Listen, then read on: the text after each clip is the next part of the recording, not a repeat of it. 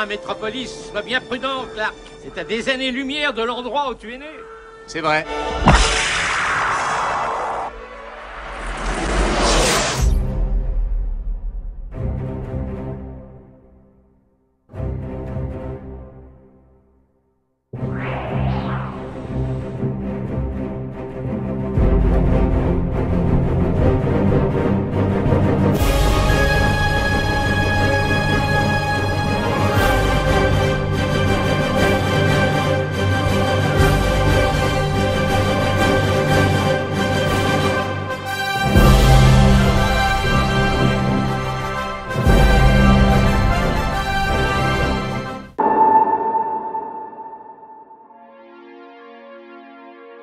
Après la sortie de Superman 3, les frères Alexander et Ilya Salkind confient au français Janos Wark la réalisation de Supergirl, qui sort en 1984 et s'avère un échec au box-office.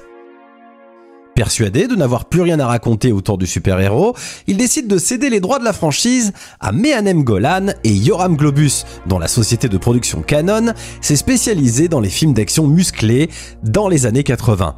Après l'échec de Superman 3, Christopher Reeve n'a plus envie d'incarner le super-héros.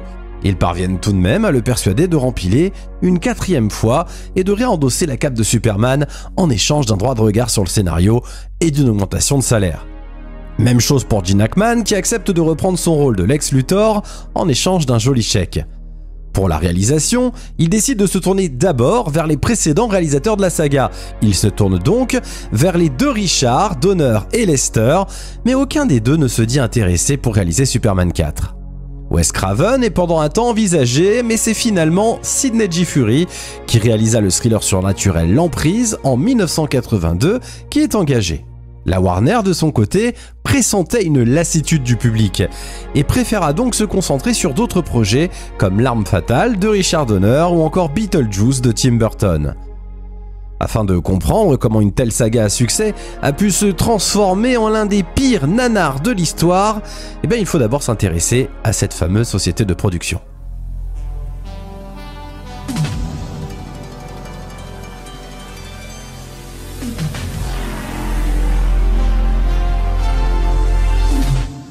La Canon, fondée dans les années 60, est rachetée en 1979 par Menahem Golan et Yoram Globus. Leur stratégie est simple, réaliser un maximum de films avec des tout petits budgets. Et dans ces années-là, leur rythme de production est très élevé. Et vous avez forcément vu leur logo en début de tout un tas de films sortis dans les années 80, dont certains sont d'ailleurs devenus des classiques, comme Runaway Train en 1985, Over the Top le bras de fer, Highlander et Cobra en 1986, ou encore Bloodsport en 1988. Les deux producteurs rêvent de grandeur à Hollywood et n'hésitent pas à investir dans des productions à plus gros budget. Mais bien souvent, ils subissent d'énormes échecs au box-office, comme avec Tobe Hooper et son Life Force en 1985, qui obtient un budget délirant pour au final s'avérer une énorme déception. Sylvester Stallone est embauché pour 10 millions de dollars pour tourner les très moyens Cobra et Over the Top. Et enfin, Les Maîtres de l'Univers, sorti en 1987, met définitivement la Canon en grand danger financier. Au début de la production, la Canon annonce d'emblée que le film va grave envoyer. Christopher Reeve, qui participe au scénario, est également convaincu du futur succès du film. I'm actually having the most fun on this film of all of them. And if we get it right, which I think we're doing, this will be the best of the Superman movies. And that's not just a pep talk, I think it really will be. Et bonne nouvelle, Gene Hackman et surtout Margot Kidder rempilent pour ce 4e opus. Le film respectera l'esprit des comics avec un super vilain qui combattra Superman. En pleine guerre froide, Christopher Reeve décide de baser son histoire autour du désarmement nucléaire. La course à l'armement entre les États-Unis et l'URSS à cette époque faisait polémique dans le monde entier. C'est donc avec une bonne intention de départ que la production démarre. Sidney G. Furie, réalisateur fraîchement embauché, n'a de son côté rien fait de transcendant depuis son film L'Emprise et son Aigle de fer sorti en 1986, qui n'a pas attiré les foules au cinéma, récoltant seulement 24 millions de dollars au box-office.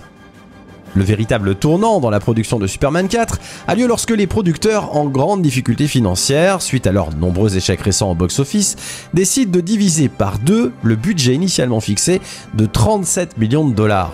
Et je vous rappelle que les 2 premiers Superman ont coûté plus de 100 millions à produire.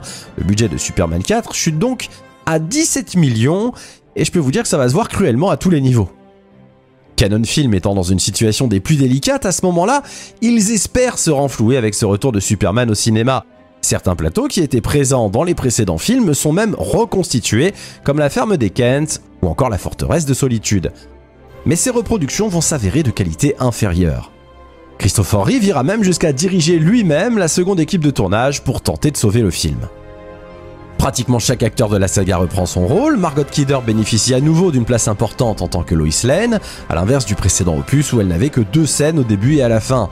Et après avoir été absent le temps du 3e volet, Gene Hackman est de retour dans le rôle de Lex Luthor, redevenant le méchant principal, contrairement au statut qu'il avait d'ailleurs dans Superman 2. A l'origine, les producteurs souhaitaient que Christopher Reeve tienne également le rôle de Nuclear Man, considéré dans le scénario comme le jumeau maléfique de Superman.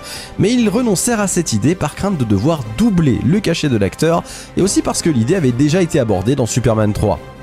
On peut noter la présence au casting de John Cryer qui interprète ici Lenny Luthor, le neveu de Lex.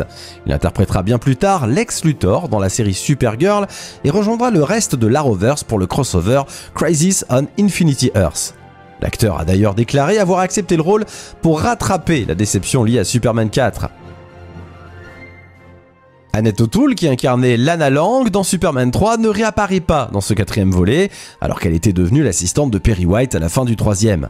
En 2006, l'actrice affirma même en interview avoir été jusqu'à ignorer l'existence de ce Superman 4. Alexander Courage, connu pour avoir composé le célèbre thème de la série Star Trek et ancien assistant de John Williams sur le premier Superman, est engagé à la musique du film. Les thèmes du premier sont d'ailleurs réutilisés, mais ce sera la dernière composition musicale d'Alexander Courage pour le cinéma.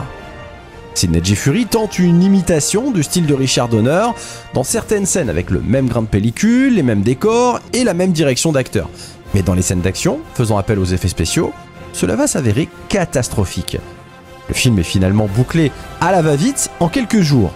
Rien ne peut désormais empêcher le désastre de se produire, pas même Margot Kidder qui lors de la promotion du film aura du mal à cacher son désarroi et peinera à défendre Superman 4, Quest for Peace ou le face-à-face en français. Let's talk about the movie Superman 4. Yeah, what your Lois Lane? Turn out all right? Again, yeah. And so the movie, how is it? Is it a good movie? Yeah.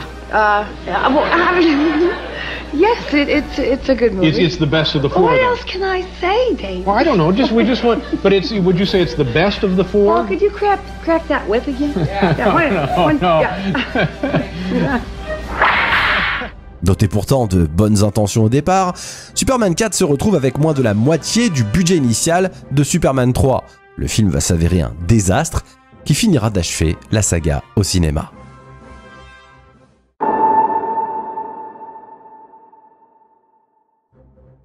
Le film a une durée d'1h29, c'est évidemment plutôt mauvais signe. Le générique dans l'espace est de retour sur le thème de John Williams. Superman sauve des cosmonautes en combinaison rouge sur leur station spatiale.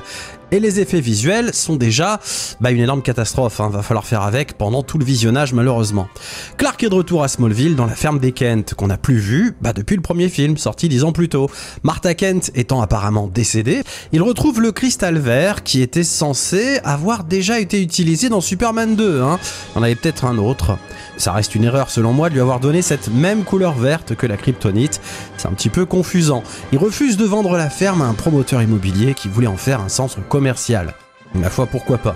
Lex Luthor s'évade de prison, oui, encore, cette fois grâce à son neveu Lenny. On est dans le cliché du prisonnier de bande dessinée, on se croirait presque avec les Dalton. Quant à Lex Luthor, son but reste identique à celui du premier film. Détruire Superman. Lois Lane apprend le français avant son voyage pour Paris, mais son métro est hors de contrôle. Superman surgit donc pour le stopper. Au Daily Planet, un nouvel actionnaire, Monsieur Warfield, accompagné de sa fille Lassie, rien à voir avec le chien, donne les nouvelles directives pour faire du fric, histoire de transformer le Daily Planet en tabloïd à sensation. Dans un contexte de guerre froide, les États-Unis sont entraînés dans une course à l'armement nucléaire. Mais dans sa classe, Jérémy annonce son idée pour sauver le monde. Je vais vous le dire, moi, à qui il faut écrire pour que ça serve à quelque chose. À qui? Au Père Noël?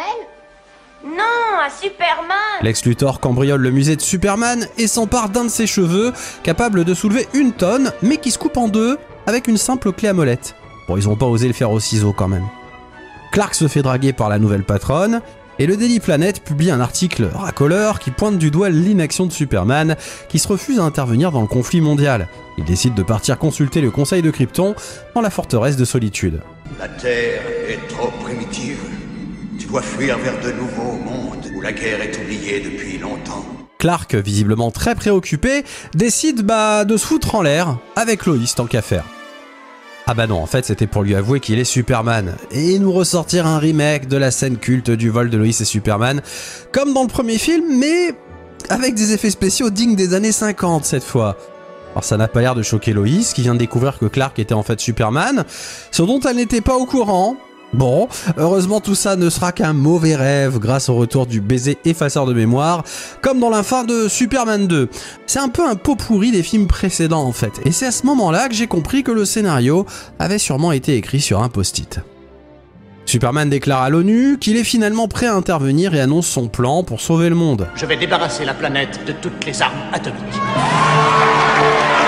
Un sous-marin, des missiles, des Russes, l'ensemble était tout de même plutôt ambitieux. Et un gros filet de pêche suspendu dans l'espace. Lex Luthor dévoile à ses nouveaux acolytes marchands d'armes son plan pour stopper Superman en jouant les Frankenstein. Il souhaite créer un homme nucléaire en laboratoire, enfin plutôt avec sa panoplie de petits chimistes achetés chez Jouet Club. Avec le magasin Jouet Club, la passion du jouet. Il équipe donc un missile américain de son invention et l'envoie dans l'espace. Tout a l'air si simple. Comme prévu, l'homme nucléaire surgit du soleil. Car ouais, comme Superman avait plus de filet de pêche, cette fois il envoie tous les missiles dans le soleil, et ça, Lex Luthor le savait parce qu'il est trop intelligent, ou alors les scénaristes sont trop cons, c'est à vous de choisir. Clark fait de l'aérobic avec Leslie, ouais, et un peu de muscu pour s'entretenir. Tiens. Non, Clark, pas là, l'autre.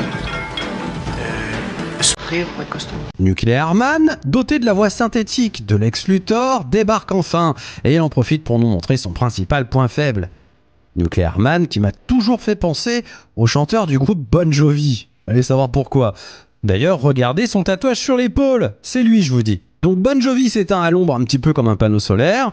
Heureusement, Gene Hackman sauve l'immeuble. Est toujours à l'aise dans son rôle, hein. C'est tout le reste qui déconne en fait autour de lui. Au cours d'une interview au Metropolis Hotel, Superman se retrouve à jouer sur 2 tableaux en alternant avec Clark, qui lui aussi est censé se trouver là. J'arrive tout de suite. Salut.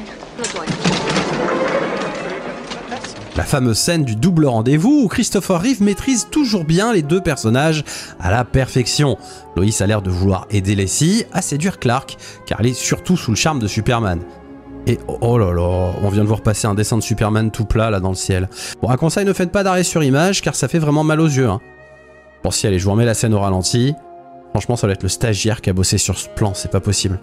Et on voit la ville de New York depuis la terrasse de l'hôtel. C'est fou quand même. Ils ont même pas essayé de choisir une ville moins reconnaissable. Lex nous refait le coup du premier film en menaçant de détruire l'Empire State Building. Et Superman tombe encore dans le panneau. Il fait la connaissance de Bon Jovi et tombe au ralenti sur fond vert dégueulasse avec des changements de direction complètement éclatés. La doublure de Christopher Reeve sauve un touriste sur la muraille de Chine. On en profite pour découvrir un nouveau pouvoir de Superman, capable de reconstruire un mur avec ses rayons laser. Et dans l'espace, on retrouve Bon Jovi qui entre-temps s'est fait des petites mèches bleues, à moins que ce soit une mauvaise incrustation visuelle. Il enferme Superman dans un cristal, mais finalement il s'en échappe assez vite pour aller sauver des Italiens de l'éruption du Vésuve sans doute. Petit voyage dans le temps. Bon Jovi, avec sa vilaine grimace, fait voler la statue de la liberté pour la lâcher sur New York. Mais Superman parvient à l'en empêcher, la statue repart dans l'autre sens. C'est le même plan, mais inversé. Pourquoi se faire chier, franchement? Et le vilain Bon Jovi grippe Superman dans le cou. Ça, c'est une belle bataille comme on n'en avait jamais vu. C'est si violent qu'il en perd sa cape. Lois s'inquiète pour Superman, se rend chez Clark, tombé malade, depuis que Bon Jovi lui a refilé le Covid. Elle s'en fout clairement de l'état de Clark, et en fait voulait juste lui rendre sa cape. C'est ignoble. Bon Jovi brille de mille feux dans son joli costume disco, et Superman, en train de décrépir, part dans sa ferme à Smallville pour tenir le cristal dans ses mains. Et sans transition, on se retrouve maintenant à Metropolis. Bon Jovi décide d'aller kidnapper Leslie, je sais pas pourquoi, donc la nouvelle patronne du Daily Planet, mais Superman est déjà là en fait, il l'attendait, il avait deviné ses plans depuis le début. On nous rejoue les scènes à l'envers, toujours, hein, pour pas se faire chier décidément, c'est la grève des effets visuels dans le film. Bon Jovi refuse de prendre l'ascenseur, alors il passe à travers le plafond, mais plusieurs fois le même plafond en fait. Et Superman parvient quand même à le pousser dans la cabine, s'empare des cordes qui tenaient l'ascenseur, des cordes super solides. Bon Jovi, pas content, alors il pousse des cris super chelous de koala en rut.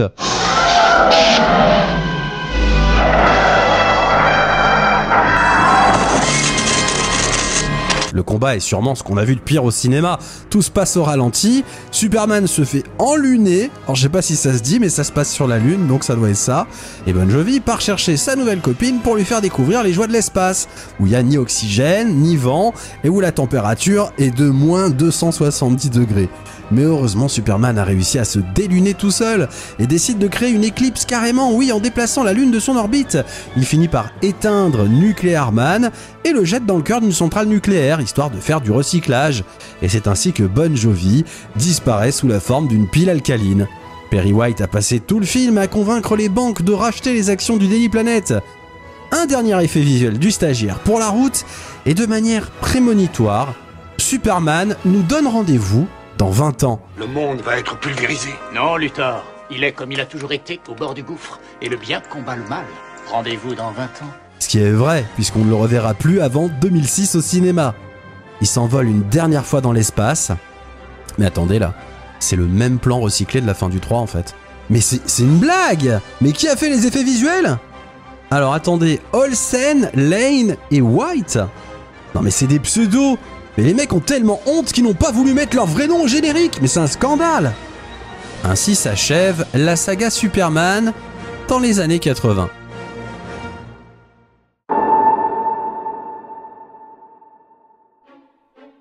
Sans surprise, à sa sortie, le film reçoit de très mauvaises critiques et pour la première fois, un film de la saga échoue commercialement. Superman 4 réalise aux États-Unis un box-office de 15,6 millions pour un budget de 17 millions de dollars. Au total, il termine sa course à 36,7 millions de dollars de recettes dans le monde. Très loin des 300 millions du premier film de Richard Donner. En France, il réalise un joli succès tout de même et atteint 726 000 entrées. Et j'y ai contribué puisque d'aussi loin que je me souviens, Superman 4 est le premier film que mes parents m'ont emmené voir au cinéma. Ce que je ne manque pas de leur reprocher depuis d'ailleurs. Ce désastre financier, ajouté à celui d'Over the Top, va signer le déclin définitif de la canon. La nullité du film, ajoutée à l'effrayant ratage des effets spéciaux, va mettre un terme à la franchise Superman. La Warner préférant se concentrer alors sur Batman, concurrent de Superman chez DC. Et le succès phénoménal du film va mettre Superman en sommeil cryogénique pendant 20 ans. Jusqu'en 2004, où la Warner annoncera le chantier d'un nouveau Superman pour remettre les compteurs à zéro avec ce qui deviendra Superman Returns. Sidney J. Furie tombera lui dans la réalisation de nanars pour le reste de sa carrière. Lorsque Nuclear Man détruit un mur de la Grande Muraille de Chine, Superman le reconstruit en se servant de son regard laser qui fait réapparaître les briques. Mais selon le scénario d'origine, Superman devait reconstruire le mur manuellement et à toute vitesse. Mais le budget n'a pas permis de réaliser cette prouesse à l'écran. Heureusement depuis, un fan s'est amusé à refaire cette séquence avec les effets spéciaux prévus à la base.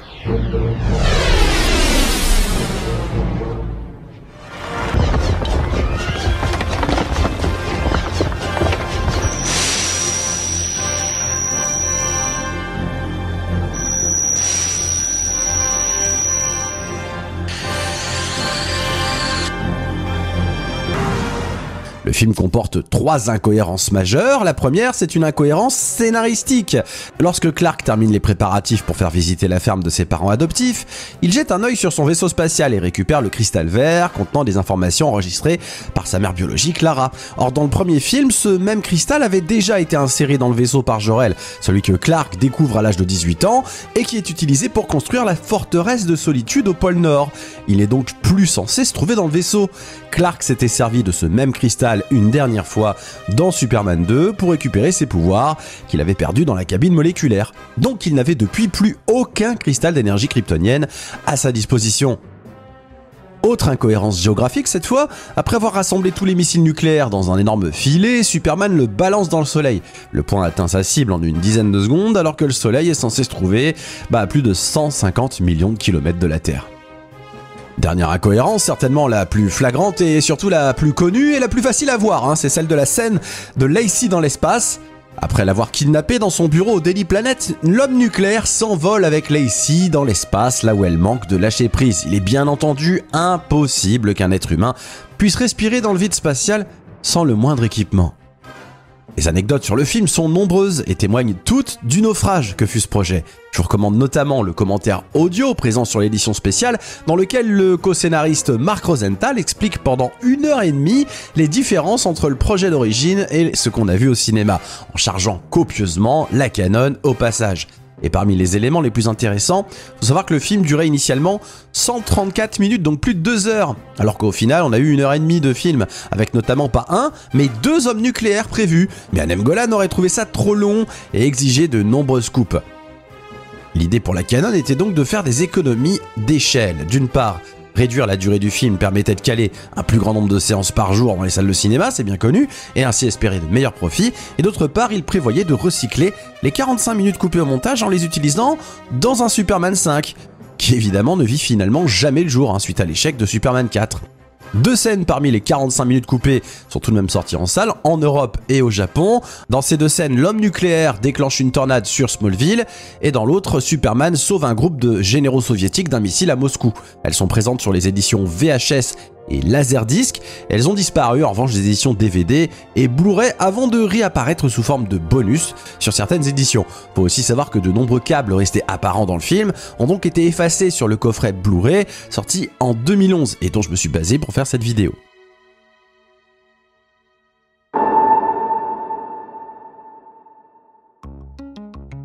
Superman 4 est de loin le pire film de la saga et l'un des pires films de tous les temps. C'est un véritable supplice de le regarder quand on aime Superman. Déjà bien amoché par le virage comique de son 3e volet, ainsi que le désastreux spin-off Supergirl, la franchise Superman mettra près de 20 ans à se relever de ce Superman 4, véritable bourreau au sens propre du terme, que même les fans les plus hardcore ne cherchent plus à défendre aujourd'hui. Alors la faute à qui ? Aux Salkind qui ont revendu à la Canon, à Warner, à la Canon qui a cherché à minimiser les coûts pour tenter de corriger les erreurs faites sur les précédents films. L'échec de Superman 4 finira de les enfoncer un peu plus et la Canon finira par être rachetée des années plus tard par MGM avant de disparaître tout simplement. Pour ma part, je pense que ce film est le résultat de toutes les erreurs commises par les Salkind des années auparavant et que Canon était le pire repreneur possible pour une telle saga. Leur système de production de films à petit budget, mis en place depuis des années, n'était tout simplement pas adapté à la production d'un blockbuster familial comme Superman 4. Ce film raconte n'importe quoi, n'importe comment, sans se soucier une seconde du public, complètement paumé, entre un discours anti-militariste niveau école maternelle, le tandem comique complètement foireux entre Lex Luthor et son neveu, le ménage à 3 entre Lois Clark et la patronne Lacey Warfield, ou encore le changement de ligne éditoriale du Daily Planet racheté par les vilains financiers sans scrupules, ce qui est plutôt ironique quand on connaît les intentions de la Canon ayant racheté les droits de Superman dans le seul espoir d'éponger leurs dettes. L'homme nucléaire, lui, ressemble à un surfeur californien blond, bronzé, dans sa combinaison en spandex, trop occupé à pousser de la fonte chez Basic Fit pour avoir le temps de prendre rendez-vous pour se faire couper les ongles chez sa manucure. Parmi les moments les plus what the fuck, on retiendra cette séquence absurde bien sûr où la patronne du Daily Planet, kidnappée par l'homme nucléaire, est emportée dans l'espace vêtue de son simple tailleur, et elle arrive à respirer, hurler, avoir du vent dans les cheveux, et pas mourir de froid malgré les moins 270 degrés. Alors évidemment quand j'étais gamin, ça m'avait pas trop marqué.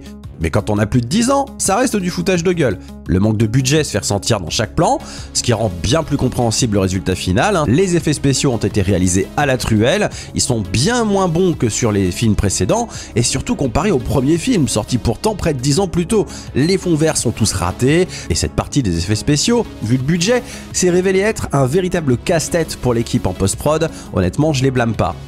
Superman devient dans ce film l'ombre de lui-même, il s'essaye même à reproduire les scènes qui avaient marqué le premier volet, comme le remake de la scène de vol entre Superman et Lois, et il s'efforce de retrouver un ton sérieux après le virage comique du troisième. Les nouveaux personnages sont tous ratés, comme le neveu de Lex Luthor, qu'on dirait tout droit sorti d'un clip de MC Hammer. Et puis l'homme nucléaire, bien sûr, qui semble être plus une parodie qu'un vrai méchant. Sa naissance d'ailleurs est pour moi insupportable, tellement c'est laid, c'est mal fait, et l'acteur Marc Pilot, qui passe tout le film à grimacer, a le charisme d'une huître gratinée au four. Tout leur combat au ralenti montre la pauvreté des idées de mise en scène, et Marc Pilot d'ailleurs ne fera jamais carrière au cinéma. On comprend pourquoi. Aujourd'hui âgé de 65 ans, il participe à quelques conventions de fans, mais rien de plus. D'ailleurs le gars a l'air plutôt sympa aujourd'hui. Les effets spéciaux sont d'une laideur inégalée, les traitements des personnages n'ont aucun sens. Loïs qui quitte l'appartement de Clark en le laissant limite crever, je comprends pas comment ils ont pu écrire ça dans le scénario. On a presque l'impression que ça a été improvisé au fur et à mesure. Le cristal vert, on en a parlé, mais comment parvient-il à sauver Superman qui semble vieillir au point d'avoir des cheveux blancs ?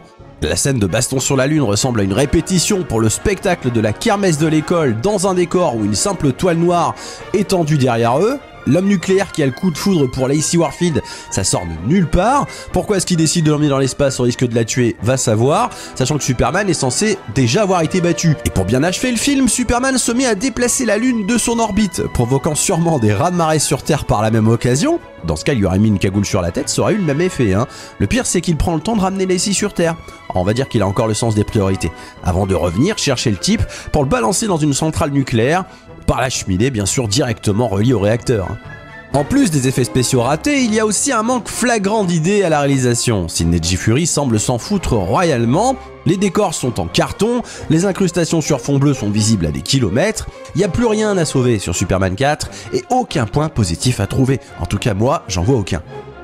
Le plus triste dans tout ça, ça reste Superman, qui semble s'agiter telle une marionnette aussi inexpressive que les pantins utilisés pour les scènes de vol dans les plans larges. Co-scénariste, Christopher Reeve raconte qu'il ne souhaitait pas faire un 4e Superman. Il finira par reconnaître publiquement Superman 4 comme un désastre intégral qui metta fin à sa carrière. Il expliqua que généralement une suite gagne en ampleur d'un film à l'autre. Superman 4 emprunte le chemin inverse, le long métrage ressemble plutôt à un ersatz qu'à une authentique séquelle. Moins on parle de ce Superman, mieux c'est. Alors mieux vaut en rire qu'en pleurer, c'est sûr, mais impossible de ne pas avoir une pensée pour Richard Donner, qui lança la saga de manière magistrale 10 ans plus tôt et qui ne méritait pas de se terminer sur un tel cataclysme. Enfin, je reste toujours étonné de la dernière phrase prémonitoire du film dite par Christopher Reeve, comme si Superman avait voyagé dans le temps vers le futur à bord de la DeLorean d'Emmett Brown pour découvrir qu'il ne reviendrait pas avant 2006 au cinéma. Le monde va être pulvérisé. Non, Luthor. Il est comme il a toujours été, au bord du gouffre. Rendez-vous dans 20 ans.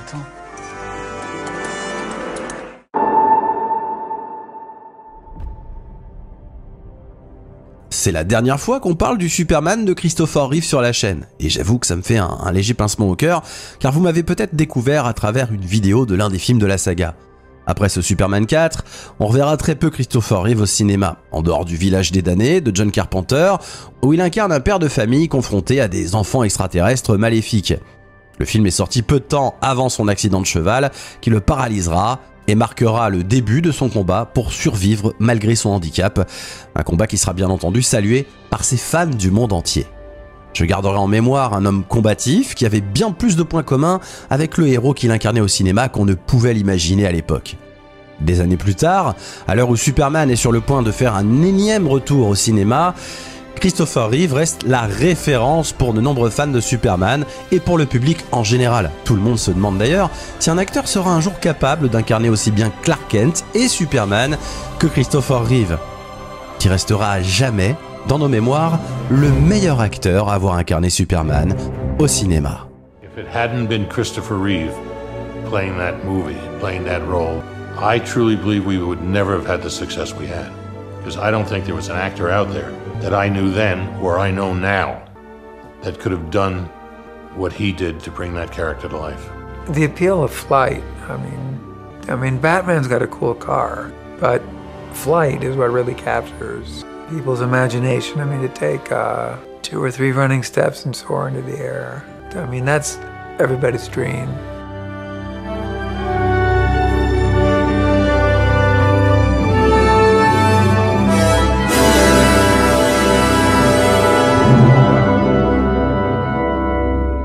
Merci d'avoir regardé cette vidéo consacrée à Superman 4. C'est grâce à vous que cette chaîne elle grossit et puis surtout grâce à votre bienveillance en commentaire. Merci une nouvelle fois de votre soutien et n'oubliez pas, soyez heureux.